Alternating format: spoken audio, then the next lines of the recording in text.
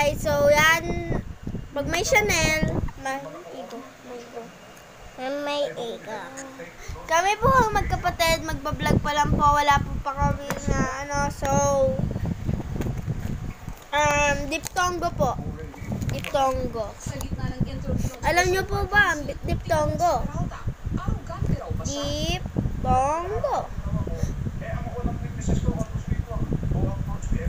Diphthongo. Ayan po, maganda po siya. Sa Pilipino po, pinag-aaralan ng diphthongo. Halimbawa,